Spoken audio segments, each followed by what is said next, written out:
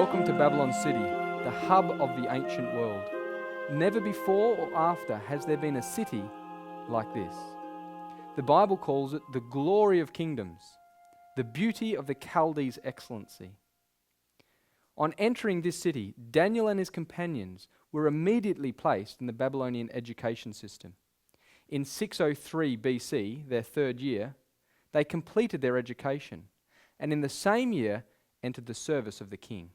Nebuchadnezzar was in his second year reign as sole ruler, which was his fourth year reign, according to Jewish chronology, commencing when he was joint ruler with his father.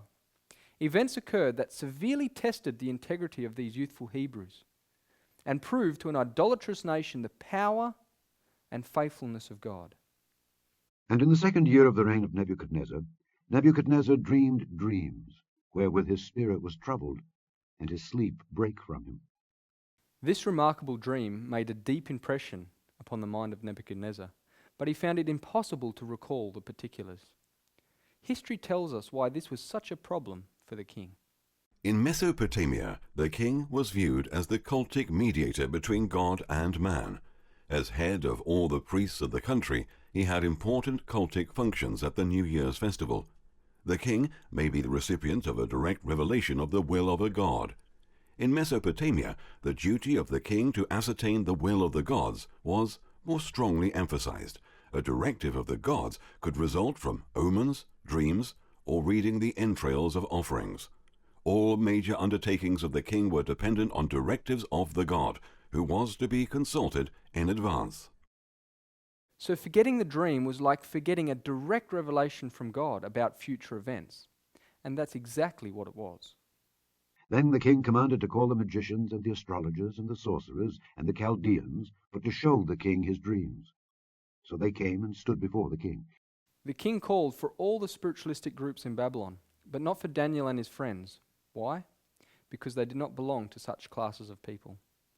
The king offered great rewards for revealing the dream or a gruesome death for failing to fulfill his demands. The king did not get his request. For this cause the king was angry and very furious, and commanded to destroy all the wise men of Babylon. And the decree went forth that the wise men should be slain, and they sought Daniel and his fellows to be slain. After this decree, Daniel secured extra time from the king. The sacred record tells us that he returned home, informed his companions, and they sought the Lord to unveil the dream to them. Then was the secret revealed unto Daniel in a night vision. Then Daniel blessed the God of heaven. Daniel answered and said, Blessed be the name of God forever and ever, for wisdom and might are his.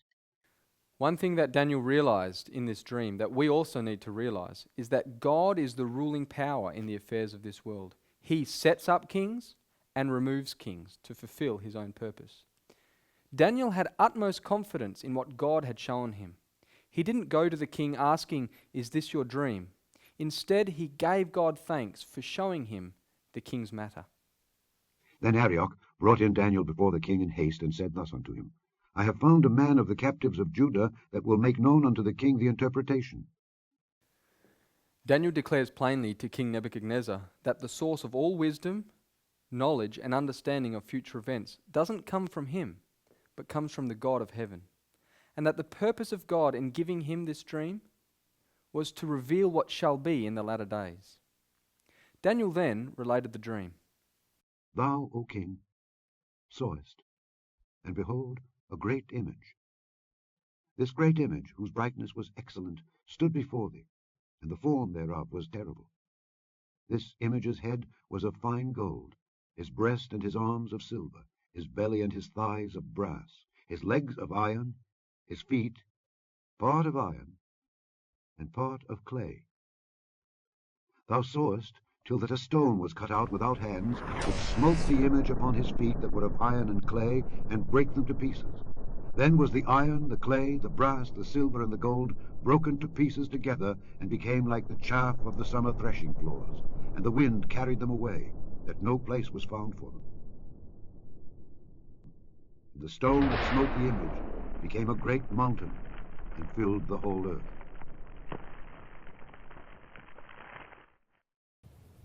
As Daniel related the facts, the dream came fresh to the king's mind.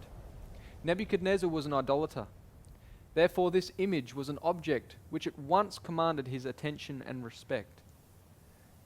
This image is a comprehensive outline of world history. The glorious kingdom of Babylon formed the head of gold. All following kingdoms decreased in splendor but increased in strength, as shown by the grades of metal.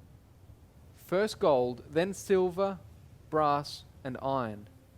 In the latter part of the world's history, a marked change was revealed in the iron mixed with clay, and the stone that destroyed these kingdoms and filled the whole earth with its own. Let us walk through history as we enlarge this interpretation. This is the dream, and we will tell the interpretation thereof before the king. Thou, O king, art a king of kings, for the God of heaven hath given thee a kingdom, power, and strength, and glory. And wheresoever the children of men dwell, the beasts of the field and the fowls of the heaven hath he given into thine hand, and hath made thee ruler over them all.